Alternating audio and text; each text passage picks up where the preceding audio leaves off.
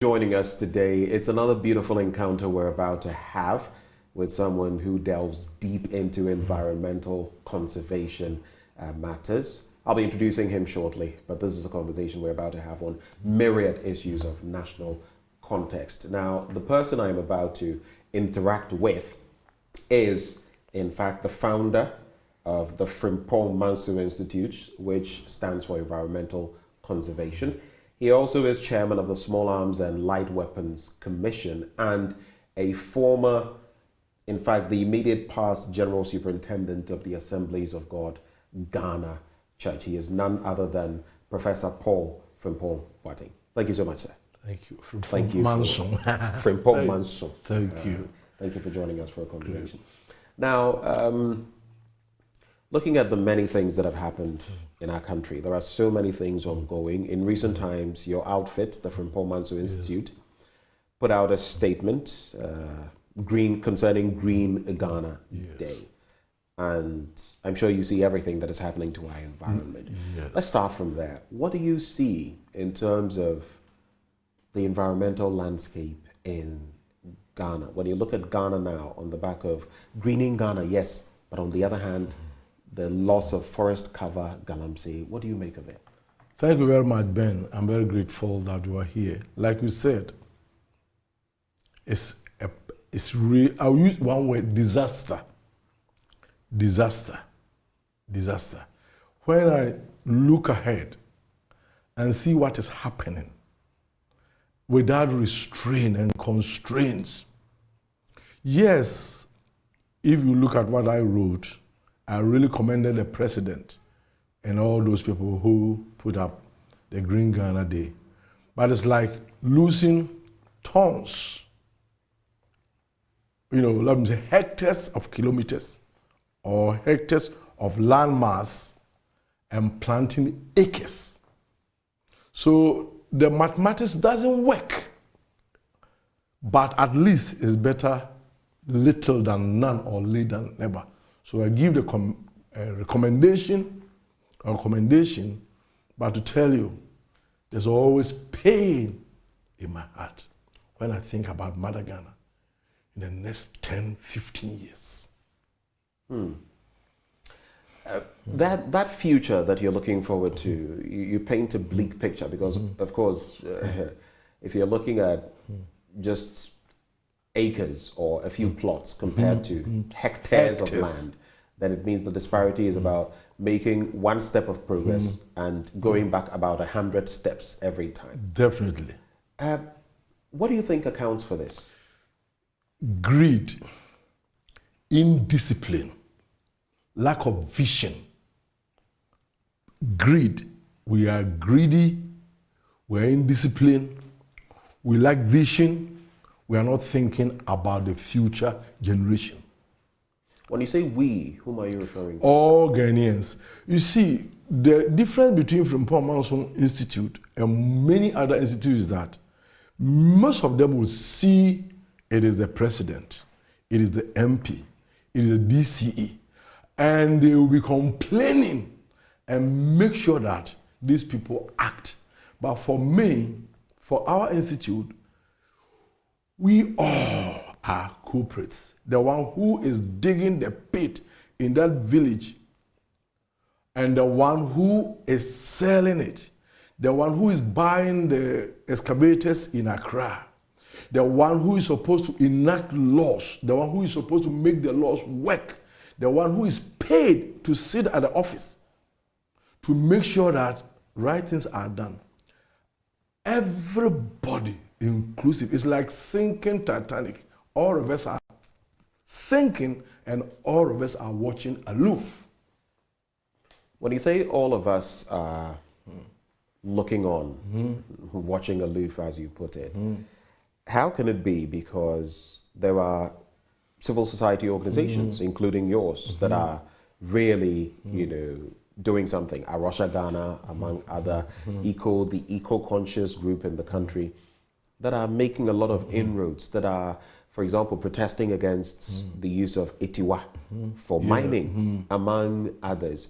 There are people who may not even have any relations to people in other parts of the country, in the hinterlands, who are engaging in illegal mining. So when you say all of us are to blame, what exactly do you mean? Well, unless we come to that position, we will not get a realistic situation or solution. You see, we blame the Chinese. How did they come here? What airport did they pass? Will they know a village in Amansia or a Tiwa forest or somewhere around Tana Basin? Somebody linked them up. Somebody watched them. Somebody saw them. Somebody created the environment. You see, this institute, unlike the others, like I said, it is not enough to make noise, to talk, to blame somebody. The first thing I want all of us to come and accept is that all of us together are part. Yes, I want to acknowledge people who have been talking. Even recently, I was among those who led the church leaders to one of the villages in Eastern region, and I think Joy TV was the... JoyNews. Yeah, you went with us, and you did a good job, while others were laughing that the pastors went there to pray, blah, blah, blah. Joy.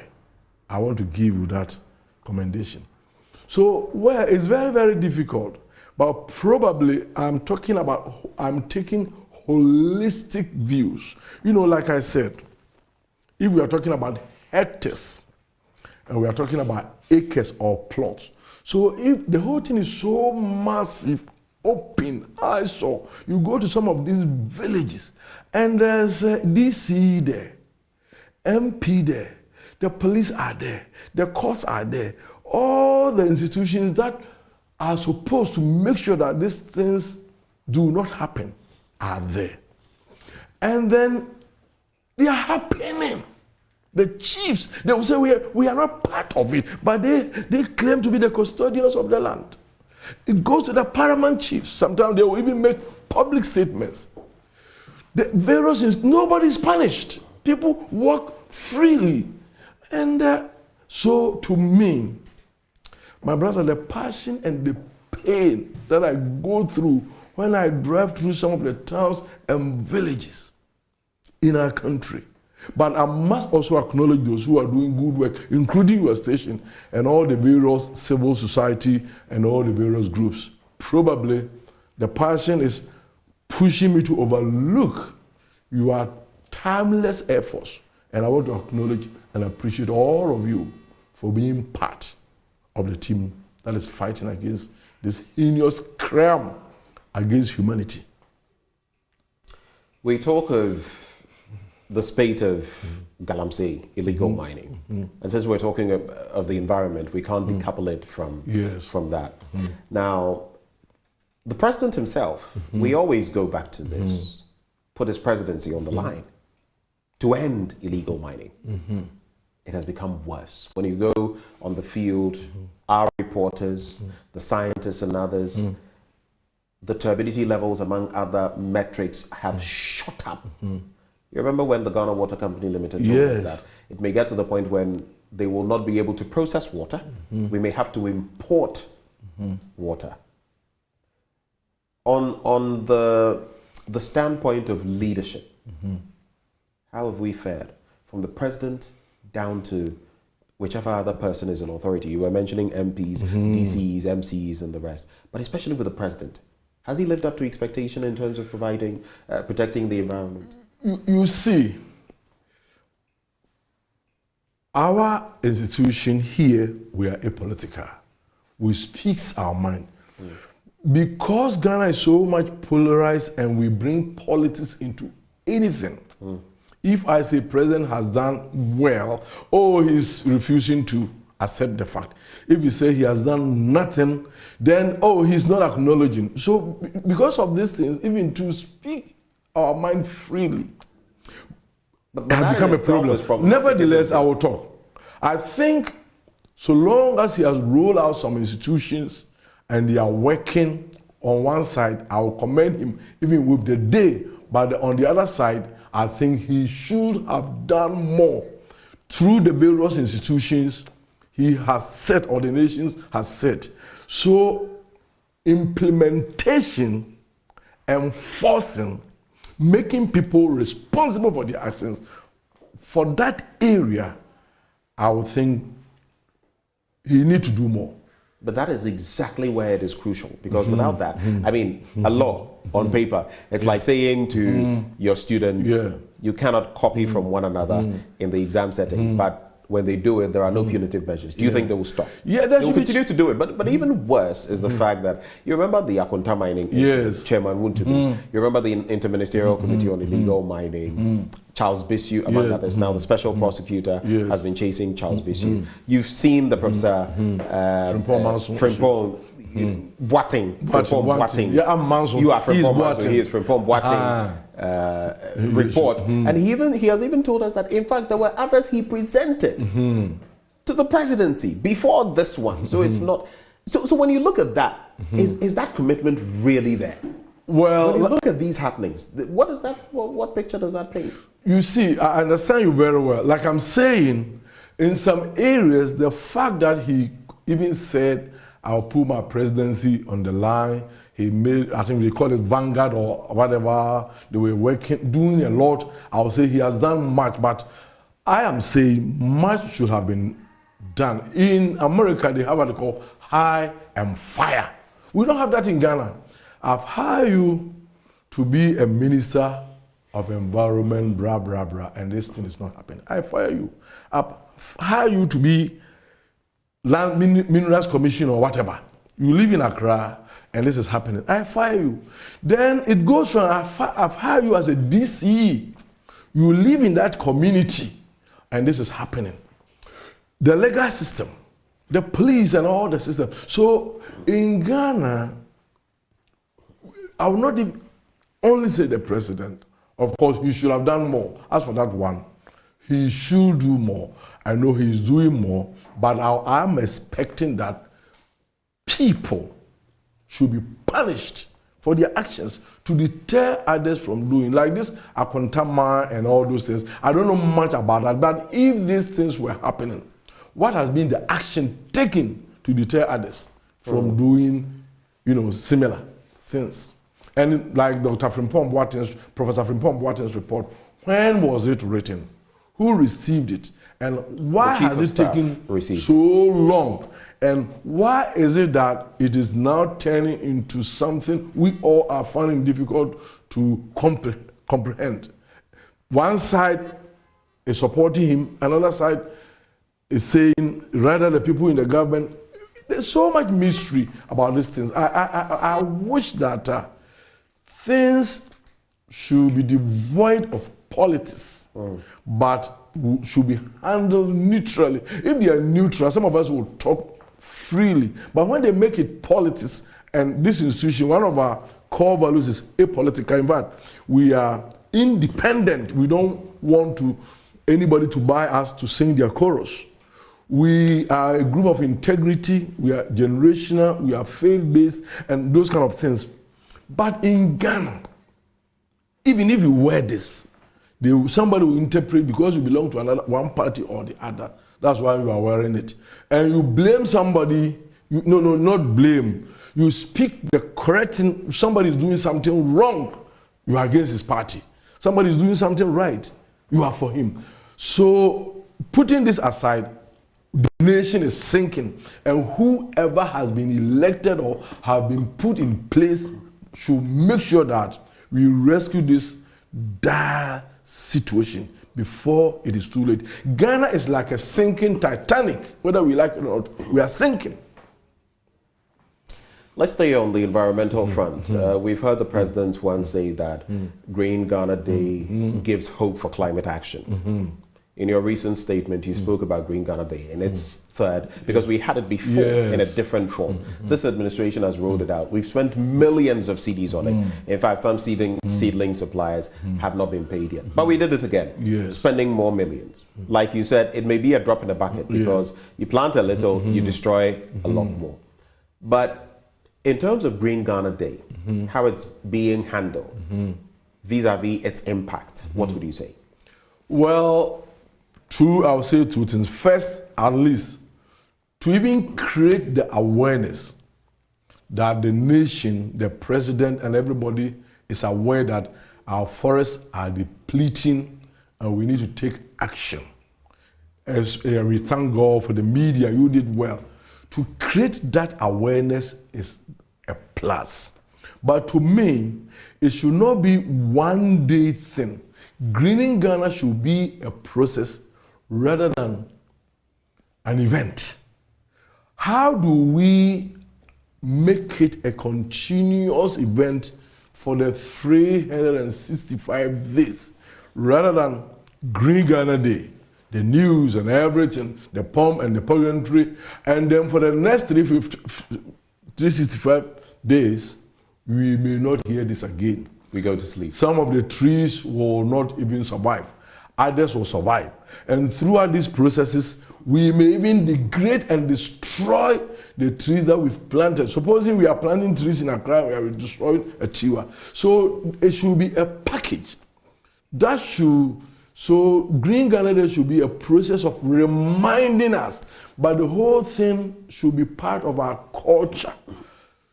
Children in the secondary school, the women in the market, those of you in the media, those in the pulpit, the farmers in the villages, everywhere. In some places, bushfires. We will plant these trees, somebody will go and light a fire just to catch a grass cutter and burn about 20 acres of land every year. Go to the northern part of Ghana and some parts of Ghana. We will do Green Ghana Day today. Next few months, this is June. From October, it's going to be dry season. They are going to burn all these trees again just to get a single grass cutter to sell for almost nothing. On the back of all that you're saying, then, what is the way forward in dealing with Galamsey, in conserving our environment? It's been said scientifically that our water bodies that have been polluted, the Brim, the Pra, the Tano, you can name them. If we even stopped Galamsey today, no such activity, it will take about 100 years for Ghana to recover. 100 years. Yet even today, if you go now, there will be people on some parts of the stretch doing it. What then is the way forward? How do we tackle the situation? Because the sad thing is we're not just destroying it for ourselves, we're destroying it for future generations as well. Future generations. Well, today we are talking about possibly Galamsey and reforestation, because there's more disaster. Plastic pollution. More, very disastrous. We recycle so little of our plastic waste. It's a matter of, let me go back to our issue. It's education. Education. For me, we have lost a generation. By the children who are coming, we should inculcate the habit of appreciating the environment as a natural, a gift of God to us, so that from day one, before they go to the nursery, before they go to the kindergarten and on, they will appreciate the value of the land, the sea, the river bodies, the trees. Somebody has said the day the last tree dies, mankind will be terminated. Let me acknowledge one man called Nana Sapon.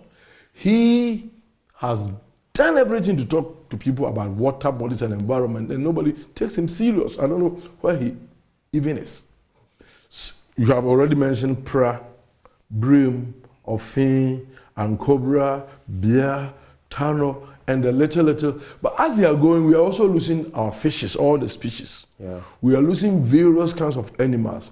It is so disastrous. In fact, for the adult generation, we lack morality. We have sold our morality. We have sold our conscience. It's a disaster. So I don't know what we can do with the adults, but if we concentrate on the children. But if the adults, just before you get to the children, if the adults are gone, these are the same adults who are leading, who are in pole position wherever you go. you cannot change a system without touching the head. Just as we say, if the fish will go rotten, it starts from the head. So what do we do then? You can't just overnight transform the young ones, especially when the only example they have are the adults. Yep. Well, let me say that we need a national conversation. It's difficult to sit here and give prescriptions. We would rather need national conversation, possibly with the media leading, going to the village. Somebody has said they need alternative livelihood because they need jobs. Somebody has said because they need education. Somebody has said that. But some people have got PhDs, masters, first degrees, and they have got no jobs. So, not that they haven't been educated. In Ghana, people want to get a certificate, write application, and they are given employment. Many people believe that they can start something out of nothing. Many people think that somebody should do this. What I learned from the Indians when I was in UK, somebody even wrote an article. Indians go to UK, they want to establish something, create something. Ghanaians want to go to UK, they want to get a job. So if they are not able to do anything, cleaning or whatever they will do, the Indians will rather want to start their small shops and others. When I was a child, we used to have Nigerians here. They were doing those kind of things. Ghanaians actually took trading seriously when the Nigerians left in 1969. Now we are allowing the Chinese to come and do all the things that we can do. We want to wear our suit and tie, writing long chain CVs to get a job.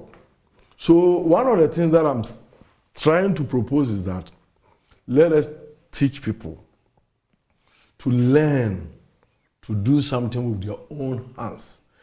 Be it little, be it smaller, and then grow over it. So I'm also very happy about the TVET that is being promoted. When Ghanaians begin to do our own things and we get interested, sometimes, my brother Ben, you want to produce something. And somebody will go and bring the same thing from China. A Ghanaian will touch it, I want the Chinese one. Because probably it is cheaper, because it's mass produced. They won't buy yours. So your business will run out. You will go and do Galamsey. So it's a chain reaction. It's a myriad. So I don't think some of the boys are interested just doing it, but they have nothing to do. Somebody will go and offer them something better, doing the farming. The pain and the things that they will go through in producing the planting and the rest, and marketing will be even a problem. So it's something that you cannot sit Accra in your office and your air conditions to think you can solve it. There should be a national conversation. I will want to believe that there should be empirical research, going through, meeting the people, asking them questions. They giving you the answers. What drives them? What motivates the policeman not to arrest the person? What motivates the guy to go and do that? What motivates the DCE for not doing it? What motivates the judge to give continuous adjournment? What motivates the mineral and whatever commission, the person sitting here, not doing anything, hearing it? What motivates the president who appointed the minister, and the minister is not delivering and is keeping him? What motivates the politician to be the front runner of these wrong things? So there should be national conversation. And I think if the media starts, it will be good. As for Galamsey and conversations on nation building, we've had many of those. We've had engagements where we've had people from all walks of life, all sectors of industry, coming on board. But will they listen? That usually is the question. On the back of the Galamsey comment, I just had to say, some of them are in there not because they don't have work to do. But because they find what they get to be so much, because they tell you comparatively, they don't want to stop. So there are those who may be there genuinely. Recently, I saw a picture of I think a senior high school graduate in Mpoho, who wants to go to school but does not have the means and has had to resort to Galamsey. It was sort of trending on social media. Those are different cases. Yes. But there are those who may also be there because they are getting a lot from it, and they comparatively, they think, I come and sit in your office, you give me how many thousand? I can get that in a few days. 1 month, 1,000 cedis. In a few days of work. So that is there. But you started talking about plastic waste. We generate almost what? We generate 0.84 million tons. Yes. Almost 1 million tons. Out of that, only 9.5% is recycled. Yes. How bad is that situation for our environment? Recently, I was thinking, our universities, are they really helping us? Science and technology, Legon, Cape Coast, technicals, they cannot devise a simple means of recycling these products, and they are depending on the government hugely for their survival. You go to most of the universities outside the country, they rather generate income for the nation. You come to Ghana with all the resources they have, they are dependent upon the government. I don't know. I pray that, several years ago, the steel and the metals, they were lying straight in the streets and nobody wanted them. Now, since we started the aluminum melting companies, the iron, the steel companies, people are looking for them. My prayer is that at least a place like Kumasi, Accra, Takoradi, and some of the centers, there should be a way whereby this plastic waste can be recycled. In Germany, you may know, you go and buy, sometimes you send the old bottle, and you are even given 1 pence or 2 cents or whatever. In some countries, they are encouraging using paper bags and cotton, cotton bags. Reusable content. Here, we are promoting the plastic, everything, and nothing is done. To me, I'm telling you, it's more disastrous than even the Galamsey. Because Galamsey, certain people have been seen as kingpins and they are doing it, we are making noise. I am drinking this water. Somebody in the streets, in the shops, in the markets and everywhere. That is one of the greatest harm that we are causing to our environment and ourselves. And possibly we may, but the solution for that one, the solution is not as difficult as the Galamsey. Somebody somewhere, simply starting something, we can use them to do a lot. The Chinese and a lot of people, let them come and establish that kind of factories here rather than bringing used products from China and the rest, which do not help us. I don't know whether the nation is doing much on plastic waste recycling. And I do agree, especially on the back of the rains and flooding and what we see with plastic waste. It is a reality. But let's move the conversation forward and talk about the security situation in our country. We can look at Boku, which once again has been in the news for the wrong reasons. Pockets of confusion in different parts of the country. And it has been said that especially with where we find ourselves, surrounded by countries in the sub-region that, first of all, speak a different language. And secondly, are all mired in some sort of confusion. Now Senegal also is having its own situation. Burkina Faso, Mali, they've all had their issues. But contemplating the security situation in Ghana, what would you say is the picture that is painted for you? We'll get to the Small Arms and Light Weapons Commission and arms specifically, but what do you see generally before we go to the specifics? Before we even go to the nations around us, look at the Arab Spring and some other nations. When people are unemployed, armed robbery, stealing, chieftaincy fighting, and all those things. So when people have nothing to do, it becomes a problem. Somebody has said, an idle brain is the devil's workshop. So I have always tackled the security problem from within. When young men and young women are so much resourceful, energetic, they want to do something. That's why you need, in politics, we have this kind of, what do we call them? Those who follow the politicians. Come on, vigilantes. Vigilantes and the rest.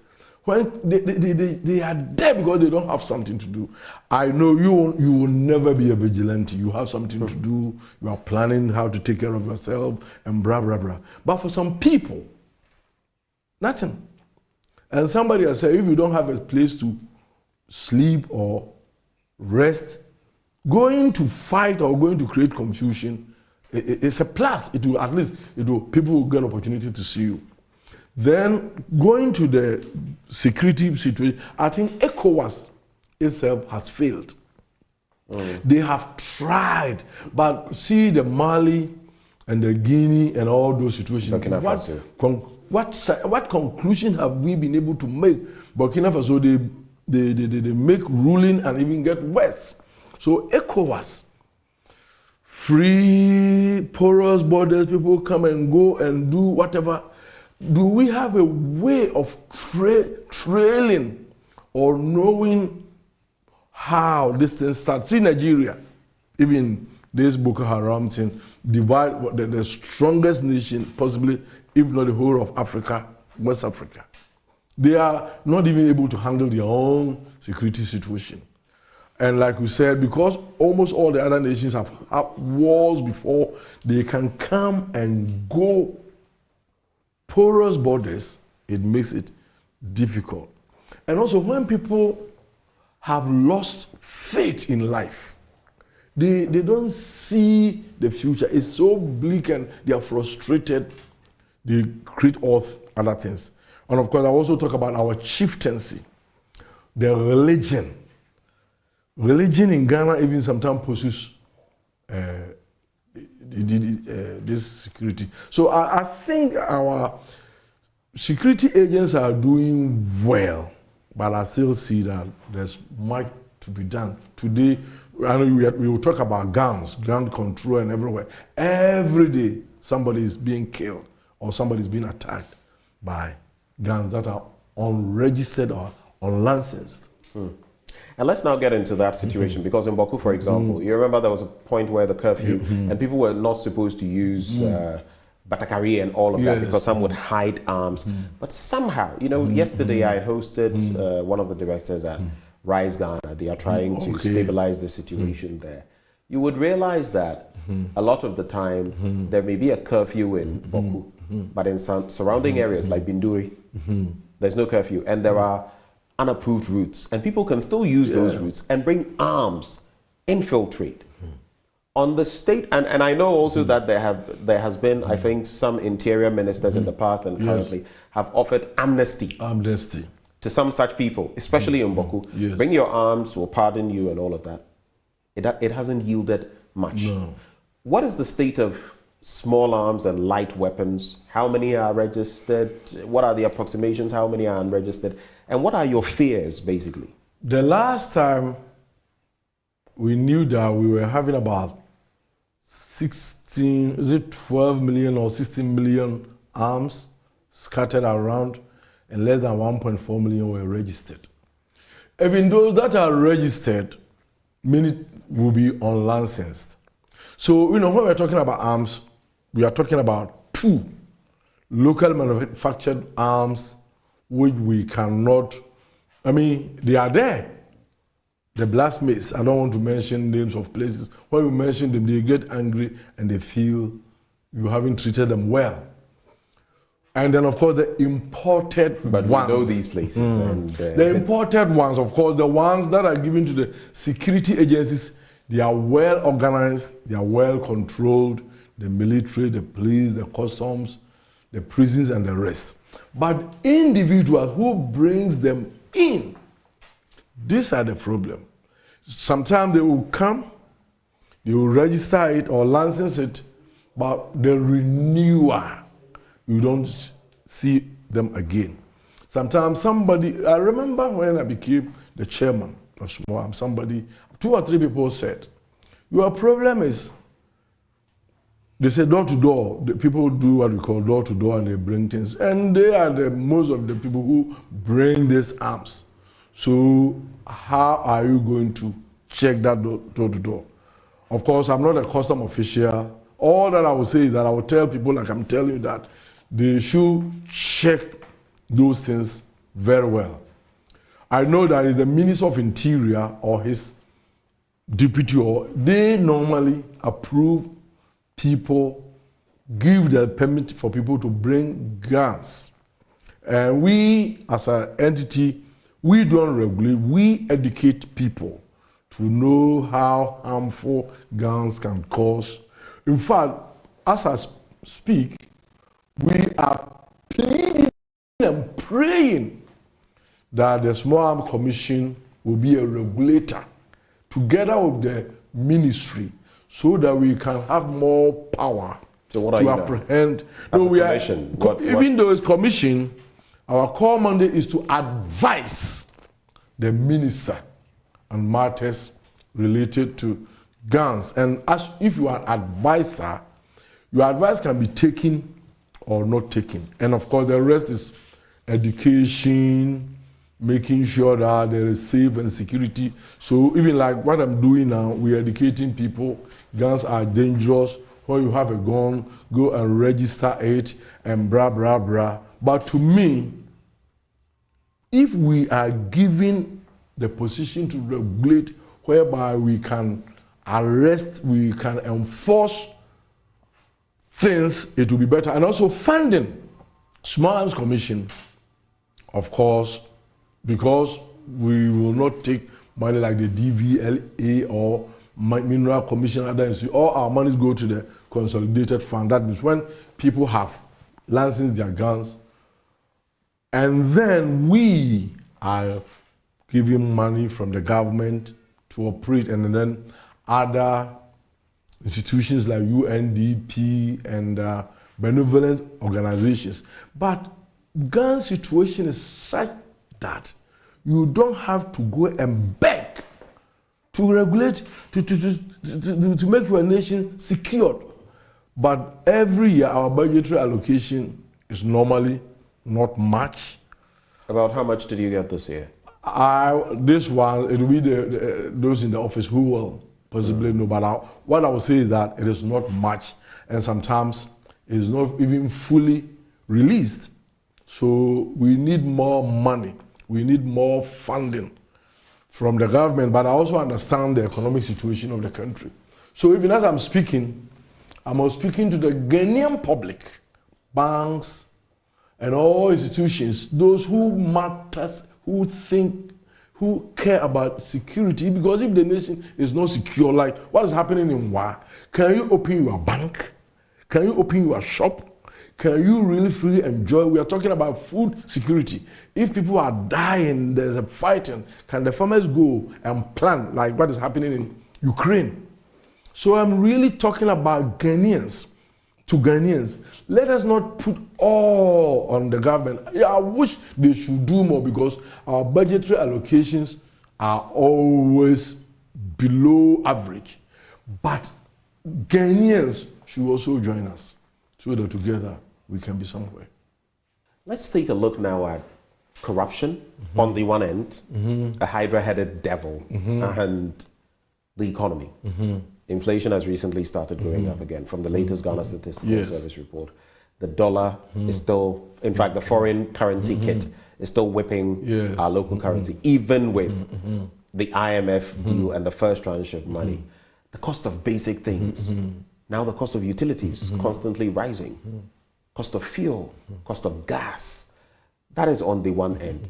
And then corruption, endemic in our country. It's been said that up to about 6 billion, between 4 and 6 billion dollars is lost every year. I mean, if we had that kind of money, we wouldn't even need an IMF program. What do you think about these two? Corruption. I ask the question, who is corrupt? Who is the one? Is it a pastor? Is it the lawyer? Is it the architect? Is it the custom officer? Is it the politician? everywhere. It's so endemic.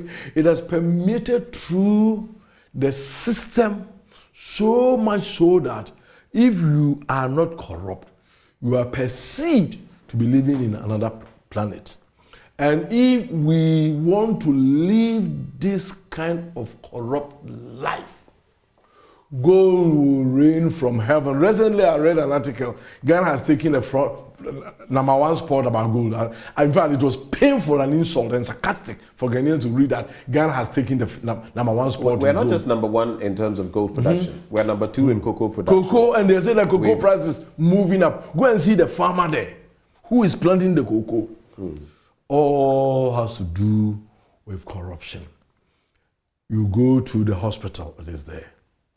You go to, the institutions, getting your child to be admitted, getting employment sometimes. Even in institutions that you want to go and come and serve the nation, probably you may have to pay your way. I don't want to mention the names of that sacred institutions. So if I pay my way to such a sacred institution, politics, Kumawu, I think there were a lot of stories there. I don't know whether it will repeat in a sin. But I don't understand why. We've seen some projects in. I don't understand why somebody will spend millions to become an MP. And if he wins, he will find a way of getting his money. Why somebody will spend millions to become a presidential even candidate, if his own party, for him to be on his party ticket, he has to give away. Like giving away. So it is just, and all these people, when they get a position, they will favor their paymasters. They will get a contrast. Their children will be those who will be enrolled in schools or be at certain places. Their children will be enrolled in the entities, all the institutions. Their children will be employed in the national institutions. Your child may not probably get employed in the Bank of Ghana, but their children will be there. I've used one as an example. So are we building kind of animal farming? Or it's because of corruption. So in Ghana, people get into places by merit. Meritocracy is giving way to people who are connected. And this is the paycheck of the corruption. When I came from a certain village, wrote my common entrance and passed, and I went to school, thank God that free education has mitigated those of the problems. But there was a time, no matter passing or failing, it is the protocol for grade A schools, grade B schools, and grade C schools. So we think all these things are not corrupt. It's just too much. And unless Ghanaians, I said this, and I thought it was Joy who reported, I can still see the headline. Ghanaians are corrupt. We are saying Christians are 70%. So if Ghanaians are corrupt and we claim to be 70%, and then we are also corrupt. So the headline, Frimpong Manso said 70% of corrupt people are Christians. And I still stand by that. If we will change, God told Lot, Abraham, if I get 10% righteous, even 5, but churches are full. My brother, I have a pain. I have been a church leader. I want to hit home, so that it affects me. I've been a pastor for 40 years, now retired. Sunday, churches are full. Prayer and fasting, and all these things. So if these people cannot influence our society, then I don't expect anybody. So when I'm talking about corruption, I will not even blame the politician or somebody. I blame the churches, the pulpits. We are supposed to be the salt and the light. So if people go, Yeshirao, Asafu Yehuwa, and he goes to, the next day he's a police officer. The next day he's the headmaster. The next day is the doctor. The next day is the next. The next day is the MP taking kickbacks before passing laws. We hear it. I'm not there, so I may be wrong. But the rumor is that if you want a bail or something to go, it depends on how much you have to pay. If somebody should even be approved as a minister or as a duke, there's how much he should pay right from the committees that are set. It's open secret. What kind of nation we are in? Ghanaians, listen, with all humility, if we don't stop being corrupt, the bad roads, the lack of clinics, the lack of schools, the lack of shelter will always be there. So if you are the customs and you are undercharging, you are a cause of the bad roads. If you are a police officer and you are shielding a wrong person, if you are a judge and you are taking goats and sheep to give wrong judgment, all of us, if you are a pastor and you are closing your eyes on wrong and evil things in the church because people are giving big monies, they are feeding you, they are buying clothes for you, they are buying you cars, all of us are part. So the product of corruption, I say the wages of sin is death.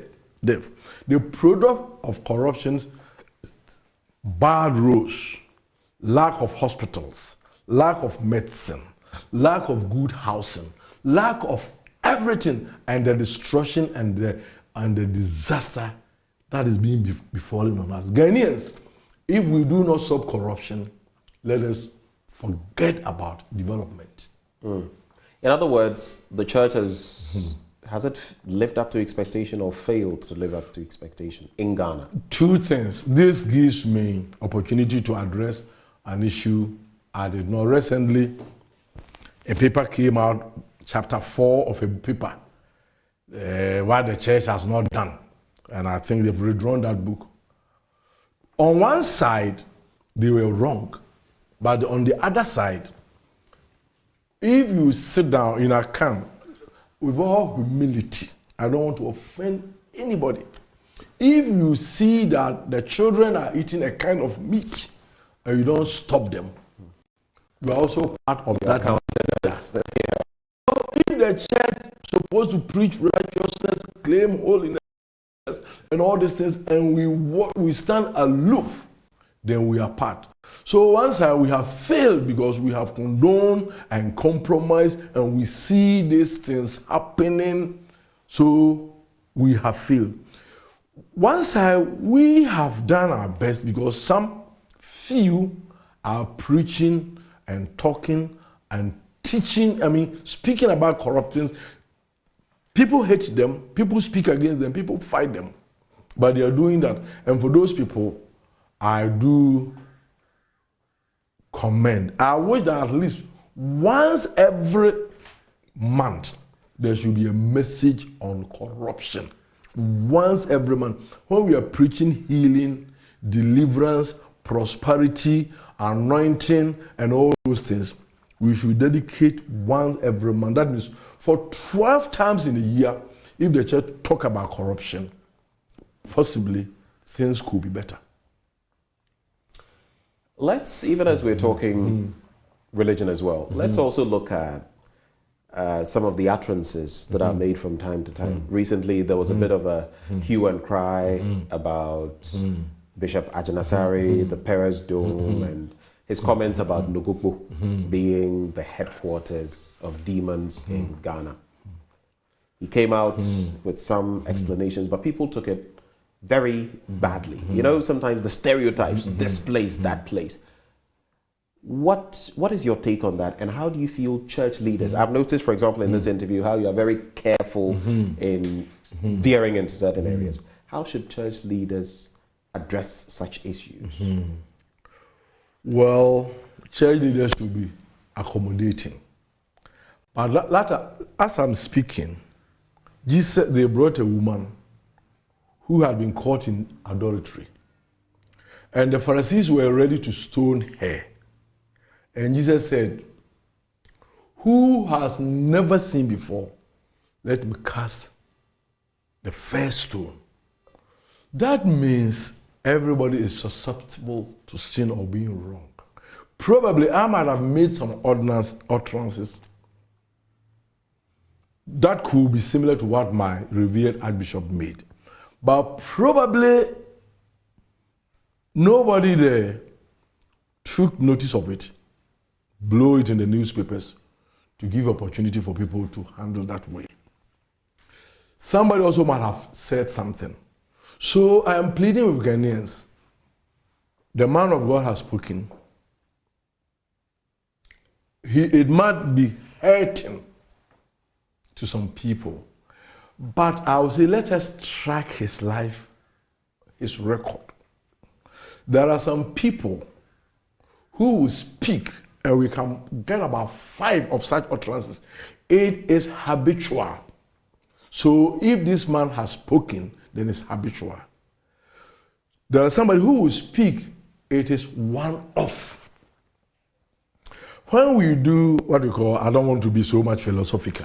But was it in good taste even before? Yeah, I'm coming. Philosophy of it. Yeah, that, you know, I'm coming. Referring to a group. Yeah, I'm coming. I will because land the there. chiefs and others have all responded. No, I'm coming. I will land there.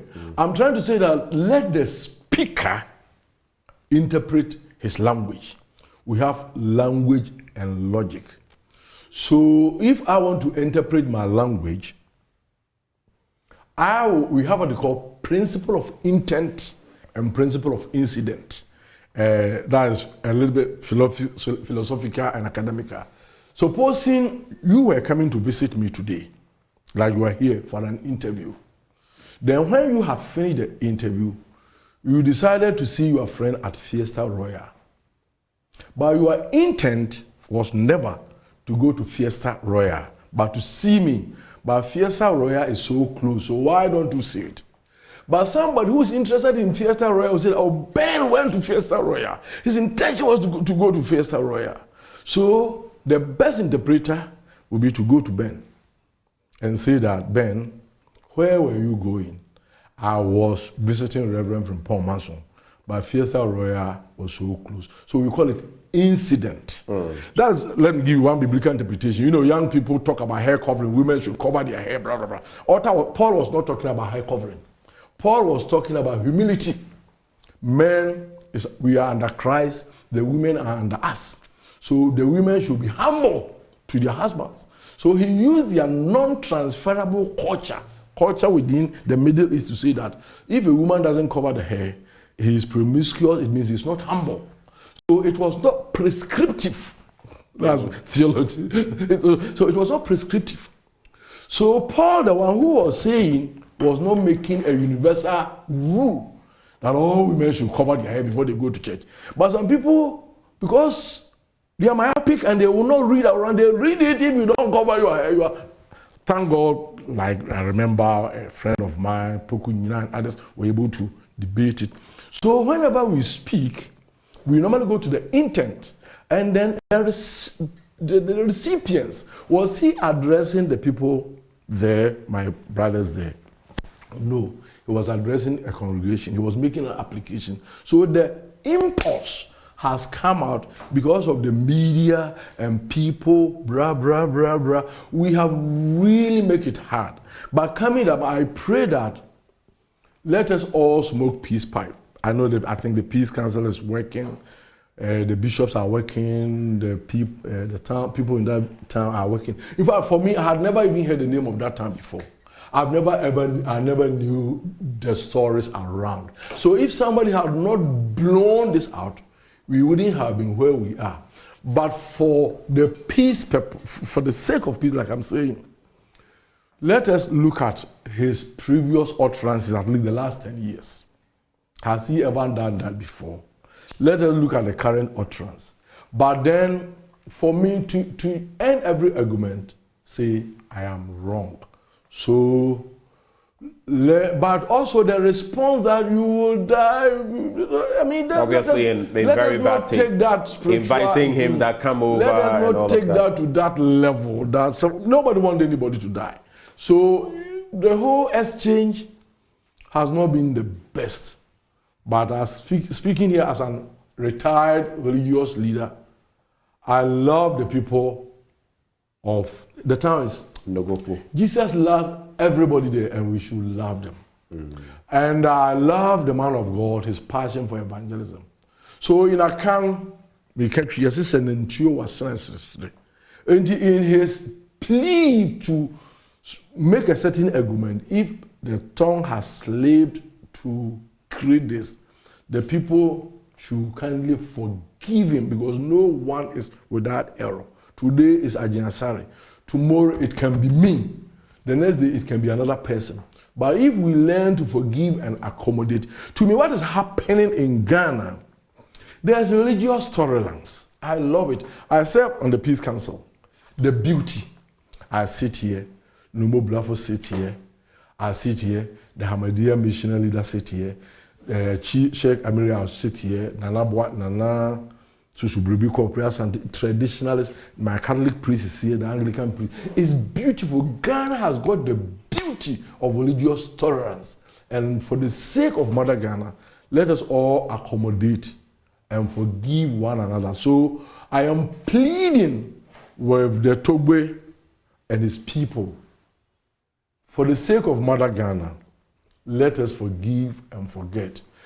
And also pleading on behalf of my brother, Archbishop Charles Ajiasari, whom I have worked with closely, because I was the chairman of GPCC and he was an executive member. In fact, before he even became the he was the vice chairman. He has a good intention.